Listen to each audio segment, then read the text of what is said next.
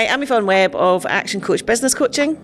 And I'm Stuart Clark, the Managing Director of Russell & Russell, and we're the co-hosts and sponsors of the Glasgow Business Stories podcast. If you're enjoying Glasgow Business Stories, then why not subscribe to the channel? There's new videos dropping every fortnight with great business stories from great business owners, so we don't want you to miss out. Chris, welcome. Thank you for coming to see us on Glasgow Business Stories. Thank you. Yeah, thank you for having me. Good. So we'll start off just by asking you, tell us a bit about who you are, what is it you do, and maybe a bit about your backstory. Right. So my name's Chris, or Chris Paton. I'm the MD of Dimensions Fulfilment. We're a little, quite big e-commerce fulfilment business and direct mail now, based out in East Kilbride. And we employ about 40 people. I've been there 4 years. And what did you do before that? So before that, it's a bit of a long story. I'll maybe go back 30 years. So I worked for Debenhams, if you remember them, the department store group, for 25 years. Started as a department manager on the fashion accessories department in Glasgow. Fancy. Selling women's tights, of all things. And then worked my way up from Debenhams and became managing director of the Irish business for a while, the director of the Middle East business for a while, the Russian business, Europe, and then most of international. And then I left there, kind of took redundancy. I left there, I think, about 2018, and I went to Royal Mail for a couple of years and was a director for Royal Mail out in the field, and got made redundant from Royal Mail just prior to COVID.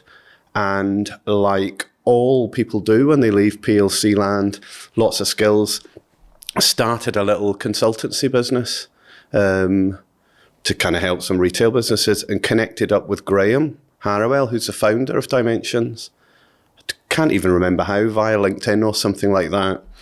And then we got to know each other and went out to meet Graham and all that sort of stuff. And we thought about maybe me coming on board. And then it was just coming out of COVID, and I got offered a great operations director's job for a company called Eric's, a big Dutch engineering firm. I still got kids at school, coming out of COVID. My wife was like, "You're taking that job." Yeah, so did that for a while, and didn't really ever need to get out of third gear or fourth gear. And I've got a best friend who owns a brewery, and who I've always found quite an inspiration. And he's a real true entrepreneur. And I've always wanted the opportunity to either potentially run my own business or work in a small business with the opportunity to maybe do that in the future. So Graham and I we just stayed connected, and just one thing led to another. And I decided to kind of give up PLC land and take a leap of faith and join Graham in Dimensions, and, maybe, work towards being part of his succession plan, over the future. That sounded a very long-winded answer, by the way. That's great. And so going back to 25 years fairly stable at Debenhams, and then, within 2 years, 2 redundancies. How did that feel? Well, kind of only one redundancy. Yeah, do you know, it was weird. 25 years in one job, and then I had 3 jobs in 2 years. Do you know, strange, really. I've got a brother that changes job all the time. So it was perfectly normal to him. So it was, I don't know what the right way to describe it. I don't know if you've ever been made redundant. It's quite a pressured thing, but it's always worked out okay, because I'm quite confident in my own ability. So yeah, it's been fine. It's actually been quite, I didn't think that was a question, quite exhilarating doing different things over the last few years. When you've worked in the same company, known the same people for half your life. And what are the pros and cons then, moving from PLC to a smaller company? I guess there's some stuff that's great and some stuff that's a bit ooh. Yeah, so I think in PLC land, you're a bit sheltered. You obviously get a massive support structure around you. Like Royal Mail, all the companies I've worked for are fabulous companies. Eric's, Royal Mail, Debenhams, all great. Royal Mail's a fabulous business, great people. It's huge. It's Britain's biggest private business. Massive organisation, of course, is a department for everything. You're just surrounded by support. Whereas when you go to a small business, you don't have that. I am the HR department. I'm also the finance department. I'm the safety officer, and I'm head of operations, if you know what I mean. So that's really good. And then I think we were talking earlier, the biggest lesson I've learned, so you work in PLC land, you read the P&L, you read the balance sheet, and there are so many zeros on it. And you think you know a lot about finance, you think you know a lot about accountancy, but you do not realise the importance of cash until you work for a small business. Like, have I got enough cash in the bank to operate? That's been, when I talk to students and stuff like that, that's been not quite an epiphany, but I mean, I was in my 50s before I really, really, really realised the importance of cash flow. So that's probably the main thing. And then I guess the other thing, you feel quite the responsibility, because when you're running a business and you've got 40 employees, so that's 40 families and mortgages and all that sort of stuff, you feel that level of accountability and feel really passionate about it. Whereas when you're in a PLC, even though you might be a senior director and all that stuff, you are a bit sheltered from it, if that makes sense. You're not really at the coalface. Do you think you take things more personally? Definitely. So like if a client leaves, or if a client leaves Debenhams? Well, I was always, I think one of my strengths in PLC land is I always ran my region or country or whatever like it was my own business. So I always cared passionately. But I think when it's your own business, you just care more, slightly more. And it is definitely 24/7. You can switch off in PLC land because there's always somebody to delegate to. Whereas there isn't us as a company, but it's just, you don't switch off. You're always thinking about an issue or a person or something that you need to do. Like, I love it. We were saying earlier, I don't think I could ever go back to PLC land. Like, don't get me wrong, we have our challenges. I love the team I work with. I love the company. I love being my own boss. And it's weird. I think I'm at a stage in my life now where I don't think I could go back to, not the monotony of PLC land, but being an employee for someone else. Yeah, being an employee, getting dreaded weekly one-to-ones, all that sort of stuff is, I've really, really, really enjoyed it. It's not been without its challenges, as my wife would tell you, but it's been great. And I was going to say, obviously being an accountant, we'll drive back to where you're talking about cash flow. People look at the profit and loss and go, my profit says this, why is that number not what's in my bank account? How was there a bit of a learning curve there? So the difference between profit and loss and cash flow? Definitely. Like, I'm 55. Like, I've been a director with thousands of people, know how to read a balance sheet, know how to read a P&L, all that sort of stuff. And you just, until you realise that whole thing, you're like, we're making a profit, but there's not as much cash in the bank. It's realising the importance of the two. And it's amazing when you talk to students, even, young accountancy students. I've got kids that are at uni, and just explaining the difference between profitability and cash flow. It's like, it's such a fundamental thing that I think until you're in a small business, you maybe actually don't realise. And like I talk to students all the time about it. The single most important thing is, have you got enough money in the bank? Because you haven't got enough money in the bank, everything else falls over. You can't operate. I think PLCs, as you say, often it's on their terms when they pay people, whereas, you're at the beck and call. If a customer delays their payment by a couple of weeks, that can be... Yeah, definitely. Struggling for payroll this month. Yeah, definitely. And it's like, again, I really enjoy it. And I've got the team that work with the importance of credit control. You don't, when you're in PLC land, you're not the one that's chasing the invoices and all that stuff. Whereas in a smaller company, if you do work, you need paid for it.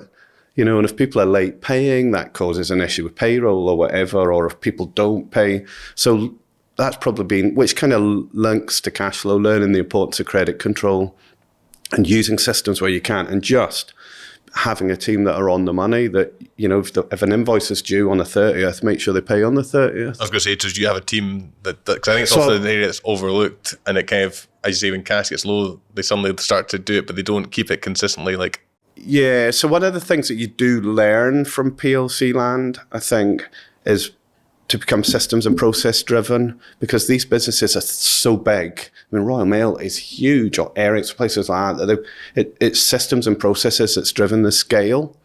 So being able to apply those systems and processes to a small business, I think, is really good. So it all sounds very simple, but we have a credit control meeting on a Wednesday at 10 o'clock, and we don't miss it. Our bookkeeper my commercial manager, and we're just relentless. Who's paid, who's not paid, who's chasing, all that sort of stuff. And it's a really small thing, but it's made a massive difference. And I mean, I could tell you that, who's not paid, who's due, who's late. And you'll often find it's the same. You must find the same. It's the same people. Yeah. Well, we were talking earlier and you said, what was it? The squeaky wheel gets oil. And it's like, if your customer's struggling with cash, they're managing how they're paying. If you're phoning them every week, you're going to be top of the list. So if money does come in, they're going to pay you first rather than the person that and contacts them once in a blue moon. And what's been really interesting, and so Lauren that works for us, she's been great, is we hold a bit of a balance of power because we're sending people's stuff out to a customer. And what we learn is there comes a point where you just say, stop, unless you pay your invoice, we're not sending your parcel out. So you can explain to Mrs. Smith why she's not got a jumper because you've not paid your invoice. And that has a really dramatic, it's kind of last resort, but it really works. Because often you find if you just negotiate and you're too, not that you're not nice, but you just go on the list of other people that they've to pay. And like you said, you've got to work out a way of getting yourself to top of the list. I think credit limits is part of that credit control. If you've some businesses, they might have a limit of 15, 20,000 before that kicks in. Other businesses might be £5,000. Yeah. So knowing your customer, and a lot of people don't even look at that as well. Yeah, definitely. So that, and do you know what I mean? That was 25, 30 years in retail, and it's probably taken me till I'm 55 in a small business to realise the importance of credit control. It's amazing when you think about it. I did business studies at uni. I've gone all through my career and never realised the importance of credit control. And if you're to think about the Chris in PLC land to the Chris now, what else have you learnt about yourself?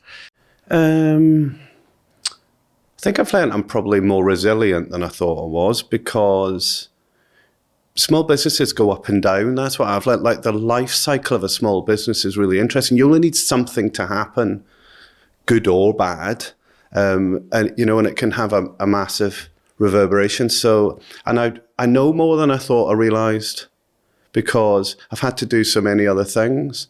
And this will sound a bit generic, but a lot of running a business is common sense. Like, the most important thing, like, I bore the team with this, but I've really strived to make Dimensions a great place to work. Because a lot of what the team are doing, it's like picking and packing stuff. It's not the most exciting job in the world, but if you come into work and you're made to feel welcome and respected and all that sort of stuff, it carries a lot. And I think I've learned more the importance of that in a small business, because you're relying on so many people. You can't do everything yourself, so you need everybody to pull their weight. And if you treat them with respect, and it's very old-fashioned managerial style, but if you treat people with respect, they'll generally give you respect back. And tell us a bit more about the business then and what you do. So we are mainly an e-commerce fulfillment business. And I was talking to students yesterday, and you could see them glazing over, going, what is that? The easiest way to describe it is we're a little mini Amazon, like a tiny, tiny wee Amazon. And so we store people's stock, so other brand stock. And when they get an internet sale, and that internet sale could be on their own website, it could be on a marketplace like Amazon or Debenhams or Tesco's, we pick the stock, pack it, and dispatch it via the courier network. So that's our main business. And then what we've started to do is we do direct mail. So that is having customers that will do a mailing campaign for them. So a recent one we've done is the New Citizens Theatre that's opened. So we've been doing their mail outs, explaining, that theatre's open and what the new show is. Or we might do bin calendars for councils. So they'll maybe say Renfrewshire need 50,000 bin calendars, so we'll do that. So we've started to do that, and that came through a bit of an acquisition we did. And the other thing we do is kind of promotional packaging or kitting or subscription boxes. So we've got a great customer called WeBox, that have a Scottish gift box once a month that they send around the world, mainly the US. And we kind of pull those packs together and then distribute them. But our main thing is e-commerce fulfillment. And we work with quite a lot of Scottish brands. So like Tennents, MacLeod Distillers, Edinburgh Gin, stuff like that. So if you bought Tennents online or a bottle of Edinburgh Gin, it would come from our warehouse. And is that intentional? Do you specifically go after Scottish customers, or is that how the business is grown organically? So we're Scottish-based. So Dimensions has been going about 10 years. It was originally into kind of promotional packaging. This is before me. And kind of B2B, a lot of direct mail, stuff like that. And then kind of COVID came along and wiped most of that out because a lot of the businesses just closed down. So there's no B2B work. And originally we would work with like breweries, and it would be like competition winners where we might pack, 50 boxes of a can of beer, a pencil and a cap. And then we started to get into fulfillment for, I can't remember the brand, but it was like one of the beer whiskey company where we would send out their stock to customers. And then we did a deal with a couple of clothing brands that we were doing same thing, doing online sales for them. And then COVID came along, the government closed the shops. A couple of the clothing brands did a deal with Next and other marketplaces, and it just exploded coming out of COVID. And we tripled in size in a year, all driven by online, and mainly driven by a big clothing customer that we had. And that was quite interesting. That's when I joined Dimensions. And it was, bear in mind, we tripled in size at a time when you're not meant to be at work. So, a lot of the staff are working from home apart from the warehouse staff. And just really rode the crest of the wave for a couple of years coming out of COVID, particularly with one big clothing customer that just grew and grew and grew and grew. And yeah, that's kind of, and we've just had more brands come on, and we do, do e-commerce. And one of the things we work that's quite interesting, we work with quite a lot of startups. So you get lots of people do their own little startup online business. And I call it kissing frogs, the analogy, because loads of them don't work. I think out of 10 startups, 8 don't work. But you have to kiss a lot of frogs because one might become a princess. So this huge clothing customer we had was a startup. So you just never know if they, if they catch on. And you do meet a few where people come in and it's their great idea, and you're thinking in the back of your mind, that's never going to work. But, you get behind their enthusiasm and all that sort of stuff. But, a lot of the time it doesn't. They don't get the 50 orders a day they were hoping to get. But that period of accelerated growth must have had its own challenges as well. Even though growth is, everyone's like, oh yeah, we want to grow. That growing that quickly must have had its own issues. Yeah, it was. It was because we grew and we didn't have the structure in place, and it was just so busy. We just felt like we didn't have time to breathe. It was literally get the business to the end of the week. Because it was so busy, have enough people, get all the picks done. And we did a really, really good job. We had quite a difficult Christmas one time, but it was really, it meant it was quite difficult. This whole term, work on the business as opposed to in the business. Graham and I in particular were just in the business all the time because it was just, every day was busier than the previous day, and it just got busier and busier and busier. And is it 7 days a week that you're picking stuff? Yes, because people shop 7 days a week. So that adds to it as well. Yeah, and it's so a really boring fact, but the busiest day is Monday morning because the busiest time people shop is Sunday night, sat on the couch. And what was quite interesting, actually, I've forgotten about this, that where I learned, another lesson I learned is we got so busy, we turned the business development tap off. So we said, we're too busy, we can't take any more customers on. We then bought another warehouse, which has been a great thing, but it was like, no, we don't want any more new business. Let's just concentrate on what we've got. And then a couple closed, because what you find is brands come and go all the time. And of course, you turn the business development tap off. It's really difficult to get it started. It's because it's not like we're selling stuff. We don't own any of the stock we sell, so you have to go out and find a new customer. And it probably takes, from the time you meet somebody, say we chatted and I was like, Stuart, you want to, right, we'll do your brand. It probably takes 6 months before we first meet to you bring your stock in. So if you've switched your business development tap off, to then get it restarted. And that was a real lesson. Like I would never do that again, because what you can always do is say no. Yeah, I think Do you know what I mean? You just keep doing business development. It's the first thing to drop off, and then you ramp up, and then too many people come in. So, and it's that, rather than that consistent level, that was peaks a and real troughs, lesson. It's just keep driving new business, because you just don't know what's around the corner. And we've had, so the big clothing customer we had, which was great, and we really rode the wave of them, they eventually closed.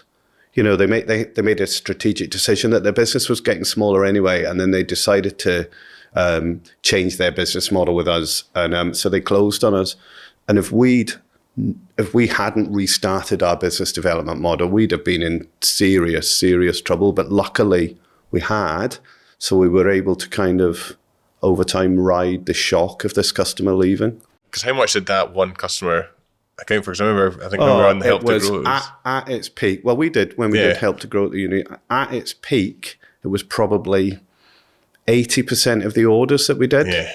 And probably 65% of our revenue. So it was like massive. You meet a lot. The other good thing about small businesses, the amount of networking you do, the amount of interesting people you meet, like you guys, is I met somebody and they told me, I don't know if this is true, that 80% of SMEs grow around one company. Okay. It might not be 80, but it's like near that fact. It might be an engineering firm next to a big factory, or a whole host of things. So I don't think we were, I don't think we were an outlier. And then of course you meet the bank, and lots of people say, well, never let a customer get more than 30% or 50%. But when they're growing, it's not that you're going to say no and go, well, you're getting too big. So you just make the most of it and enjoy it. And it kind of unintentionally, they just start dwarfing all your other customers. So I've gone off on a beaten track. But I think when we spoke, I remember in the Help to Grow, you were kind of talking about that actually, although it was great you had that recurring income coming in, it also caused its own challenges because they were so heavy. They would try and push your margin and still really cut the price that's down. True. So they were quite difficult to deal with, and never paid on time.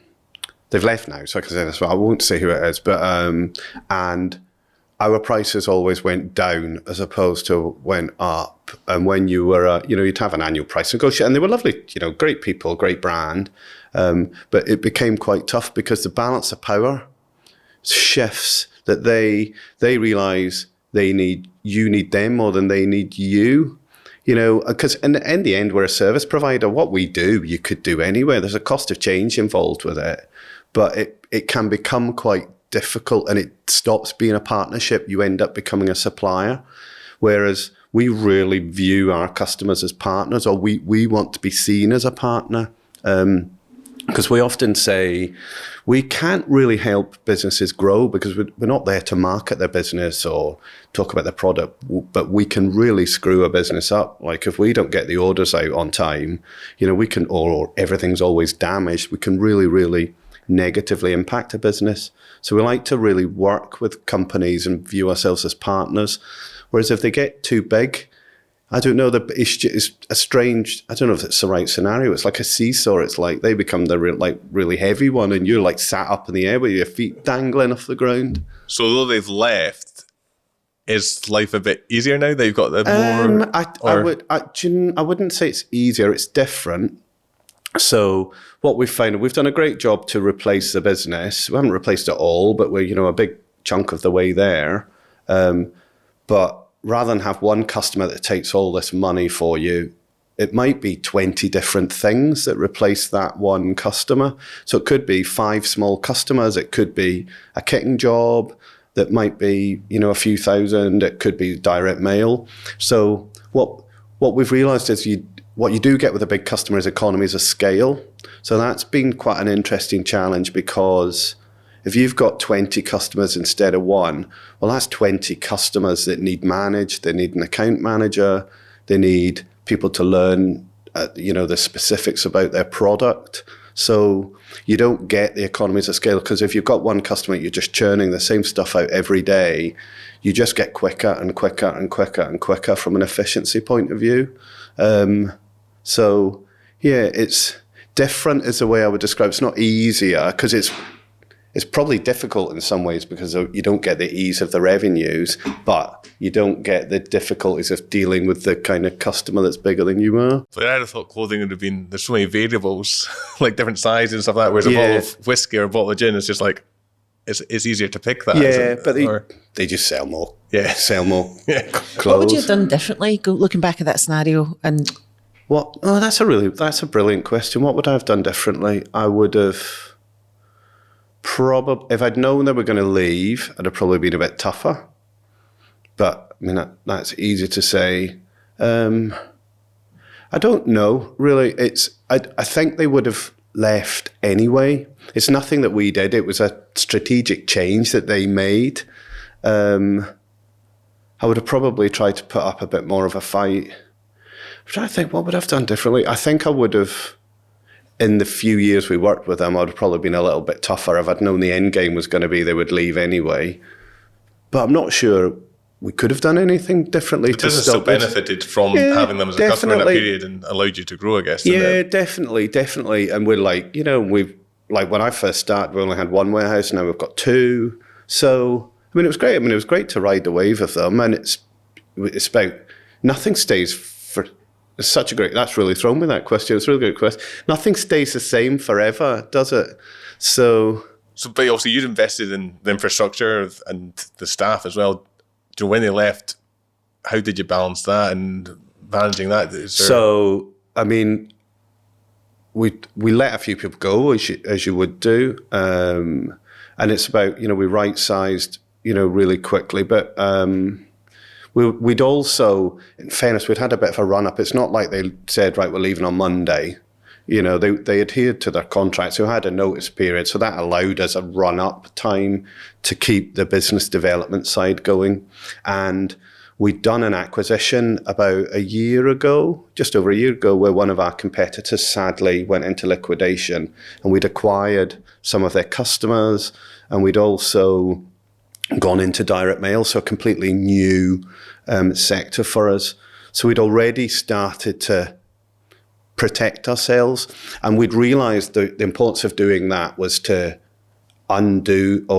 make us less reliant on this one big customer. And I'm glad we did, because like D-Day happened and this big customer left, but because we'd put the groundwork in, and don't get me wrong, it's not been easy, but we're still standing and continuing to grow, which is great. Lots of companies, I mean, I'm really proud of myself, I'm really proud of Graham, lots of companies would have folded.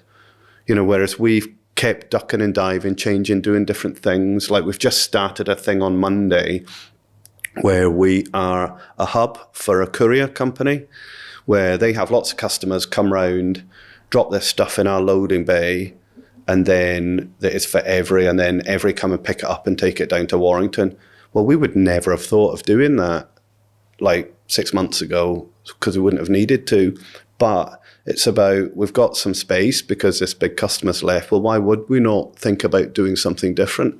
And if it works for one courier, well, why would it not work for every other courier that's out there? So all of a sudden you're diversifying into something completely different, a bit like starting to do direct mail. Yeah. And are there any other plans for more diversification? I don't know. More acquisition? I think there will be. It's quite interesting. Like, I love working with students and universities and stuff like that. So we're doing some work with Strathclyde Uni with some students there. And I've asked them to come up with some sectors, because I think it'd be quite interesting. People don't know my business, come up with ideas, of sectors that we should look at, because we've got space, we've got racking, we've got brilliant staff, we've got 2 warehouses.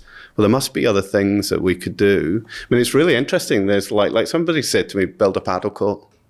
And you're like, well, that's not the most stupid idea, because I'm sure there's a big new one in East Kilbride, which is literally a warehouse, and it's got 8 paddle courts in it. It only opened 2 weeks ago.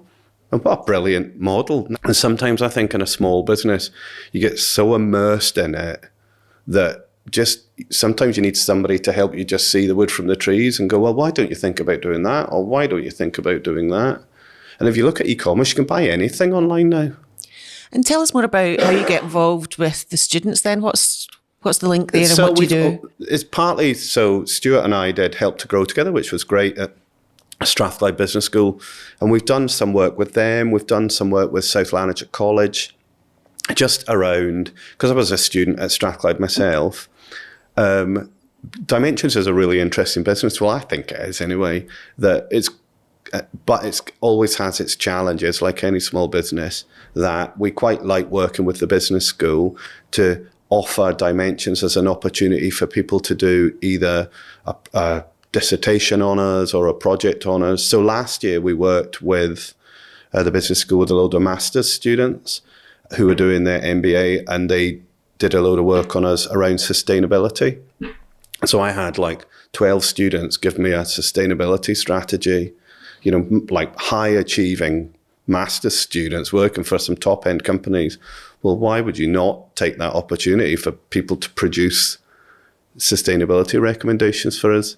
And yeah, we're doing one now where we're asking students, Strathclyde students at Business Studies and Marketing, to identify new sectors, because we've had this challenge, but also how we could embrace AI and how it could help us continue to grow Dimensions. Because, I'll ramble on, but like everybody says you need to embrace AI in your company. When you're 56 on Wednesday, and people say you need to embrace AI, you're like, right, okay, well, where do I start? But actually, if you talk to students who using AI is second nature, they use it all the time. Like my kids to me, like, Dad, do you not use ChatGPT? And I'm like, no.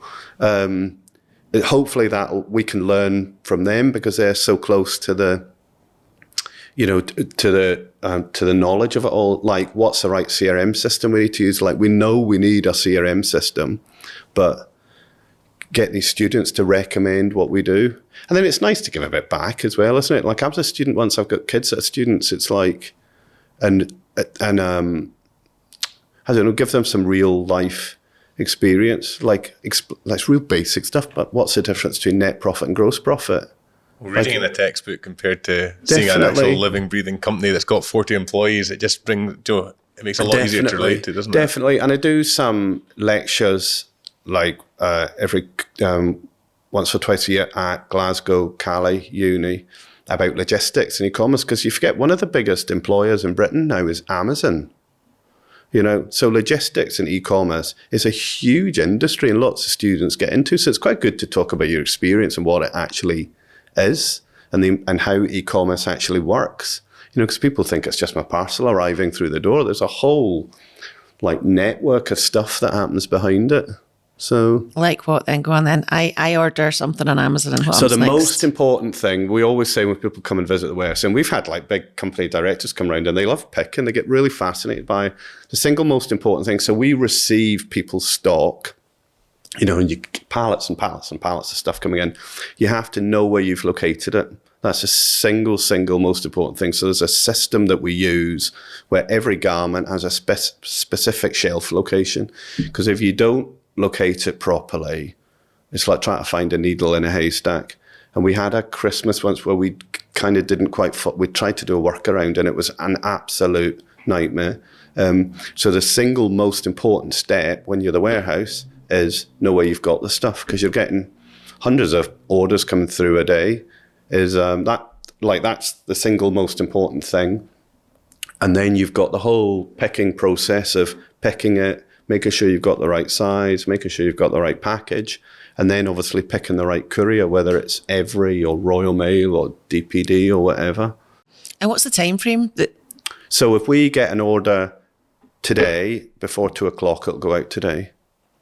So, it's kind of, so if you ordered next day delivery, you'll get it tomorrow, as long as the courier delivers it. On a day like Black Friday or something like that, when you're at your height, what was the most number of picks you did in a day? We did it just over 6,000, which is a lot. I mean, the team are amazing. We've got a brilliant team, and we use technology a lot. So, because you couldn't work in e-commerce, not use tech. And we use an operating software called MintSoft, which is really good. And what it allows you to do, we call it intelligent picking. So the team will pick with guns because everything's got a specific location. And when you go to pick you call it a batch, so it might be 50 orders, it makes you go the most efficient way. So, because what you don't want to do is somebody picks something and that bit of the warehouse, goes to the other side of the warehouse to get something, and then comes back. Because the margins in e-commerce are really quite, or in our game, are quite, the margins are quite thin. And there's a whole thing around, if you don't have enough people, you fall over because you don't get the orders out the door. And if you have too many people, you don't make any money. So it's getting that sweet spot. We call it picks per minute. And then having like efficient picking really helps with that. So there's loads to it. It's so great. You have the top sellers closer to Yeah, the to the station. packing benches, all like real obvious things. And you'd be amazed at top sellers just how many, you sell in a day. It sounds like you're really open to learning. How important has that been for you in the last few years? Yeah, do you know what? It sounds dead corny, right? But you're never too old to learn, are you? And I see Dimensions having a really exciting future, which I'll be part of. And it's, I just think like business changes so much that if you just stand still and do the same thing, you won't succeed, and it'd be really boring. Like learning something new, meeting new people is really, really exciting. I remember like in my old Debenhams days, worked a lot in the cosmetics world, and I'm sure it was Estee Lauder talked about, and I'd never heard this before, reverse mentoring, where like it's like old person and young person, and the whole objective is for the old person to learn from the young person. Like that sort of stuff I really, really like. I like listening to podcasts, and I don't know, I just think just because you're in your 50s doesn't mean you're not able to learn. So, it's been great. That's a real important part of the job. And also, running a small business, there's loads I've had to just learn on the job. Like we're talking about cash flow and credit control and talking to the bank, all that sort of stuff. Like when you work in PLC land, you don't meet the bank. The FD meets the bank. So doing all that sort of stuff. And you learn a lot quicker by doing than you do. reading a textbook. Yeah, you do. And do you know what? And sometimes you make mistakes, and like it's not any small business goes up and down. There's times where it's great and you think, whoa, look at us, we're amazing. But there's other times where you're like, oh my God, the roof's caving in. And I guess it's learning not to overreact at the highs and think you're amazing, and not to beat yourself up on the lows. And like Graham, who I work with, he's a great guy, and he says, we'll find a way. You duck and dive or whatever when you need to. When it's difficult, you just find a way and just make the most of it. When he's had that more experience of that, I guess, because he founded it. Whereas, if you come in and it's relatively stable, as you say, in PLC land, the first couple of years, it is a bit like a shock to the system. But I think, speaking to other business owners as well, it becomes, as you say, part of the day-to-day. Is like they just get used to riding that roller coaster. Definitely. But some of the fundamentals stay the same. It's like, look after the staff. Like number one thing, make sure the staff get paid, all that sort of stuff. Not that they ever wouldn't, but so some of the maybe it's not PLs. It's just fundamentals of being a human being. If that doesn't sound corny, it's great. I mean, I've really enjoyed it. I have to say. I mean, it's not been without its challenges. I think my wife enjoyed the the stability of PLC land, but it's been great. You're talking about that big customer leaving, having to get rid of staff. Again, I think not that you don't take it personally when you're running it as a PLC, but it's a hard decision to make. But it's one of those ones that if you don't make it, you're putting 35 other people job at risk. Definitely. And do you know what it's like? There's a couple of things I learned. So where I did learn for PLC, so Royal Mail, fabulous company, quite a tough working environment, quite heavily unionised from the back in the old nationalisation day. And I remember learning, well, I've always had this, but never duck a difficult conversation. So that's one thing I've learned. And also, I was at a conference, and it was the lady, and I forgot her name, who owned Uni pizza ovens. Mm-hmm. And they were saying, so they've been up and down, and they were talking about redundancies and stuff like that. And she says, what's the big lesson you learn? And she said, which reiterated to me, just don't duck a difficult decision. If the right thing for the business is to do that. That's really, really important. So look, fascinating so far. Look forward to seeing where you go next. We always close with the same question, which is, what's your guiding principle in business? What's my guiding? Very old-fashioned. Treat people like you'd want to be treated yourself. And don't duck a difficult decision. That's 2, actually, but that would be it, I guess. Great, Chris. Thanks for coming on and joining us. No bother. Thanks for asking me.